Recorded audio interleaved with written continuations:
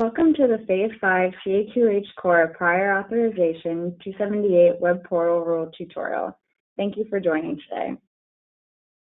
Before we dive into the rule requirements, I'd like to set the stage by reviewing CORE's vision for prior authorization to introduce targeted change to propel the industry collectively forward to a prior authorization process optimized by automation, thereby reducing administrative burden on providers and health plans and enhancing timely delivery of patient care. Phase 4 was the first part of this. Highlights of the Phase 4 infrastructure requirements include connectivity requirements to facilitate information exchange between providers and health plans, real-time and batch processing of PA requirements, acknowledgement of receipt of a prior authorization request, and responses within specified timeframes. The Phase 5 operating rules built upon these foundational infrastructure requirements to address needed data content in the prior authorization standard electronic transaction and enable greater consistency across other prior authorization exchange mechanisms. Ongoing efforts in 2019 include pilot testing requirements for a provider to determine whether an authorization is needed and updating the Phase 4 rule with a time frame for final determination. Finally, during this tutorial, we may refer to the concept of the spectrum of automation. We know that the prior authorization process is bifurcated and constructed in silos, and that different parts of the process are more automated than others. The Phase 5 CAQH CORE Prior Authorization Web Portal Rule builds a bridge towards overall consistency for referral and prior authorization requests and responses by addressing fundamental uniformity for data fields, ensuring confirmation of the receipt of a request, and providing for system availability. Specific rule requirements include use of the 5010-278 request response Tier 3 implementation names or alias names for the web portal data field labels to reduce variation. System availability requirements for a health plan to receive requests in order to enable predictability for providers. Confirmation of receipt of requests to reduce manual follow-up for providers. And adherence to the requirements outlined in the 278 request and response data content rule when the portal operator maps the collected data from the web portal to the 278 transaction. In terms of scope of this rule, the prior authorization web portal rule applies to any web portal used to submit a referral as well as prior authorizations for procedures, laboratory testing, medical services, devices, supplies, or medications within the medical benefit. The rule applies when any entity and its agent make available a web portal to a provider to submit a prior authorization request or referral. I'll now highlight what's out of scope for the web portal rule. As with the data content rule, this rule does not apply to prior authorizations for retail pharmacy services and medications given that the NCPDP covers these standards and operating rules.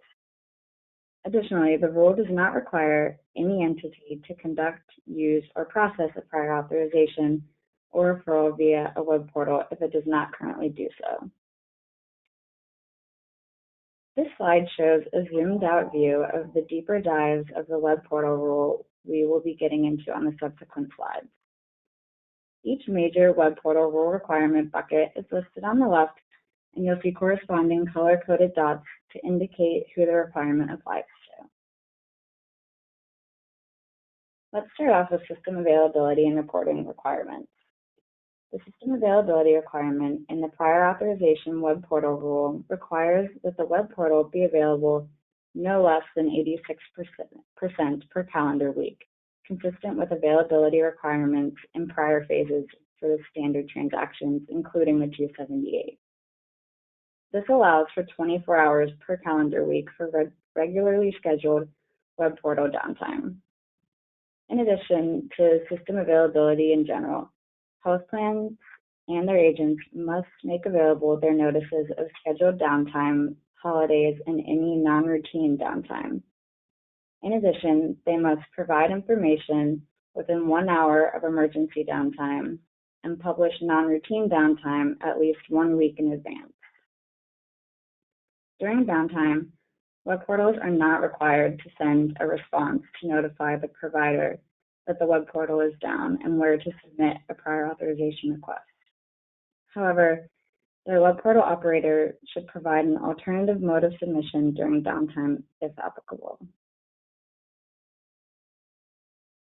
The prior authorization web portal rule also requires that health plans and vendors return a submission receipt to the provider indicating that the prior authorization form was successfully received and notifying the web portal operator of any next steps unless the system is down and therefore unable to process requests.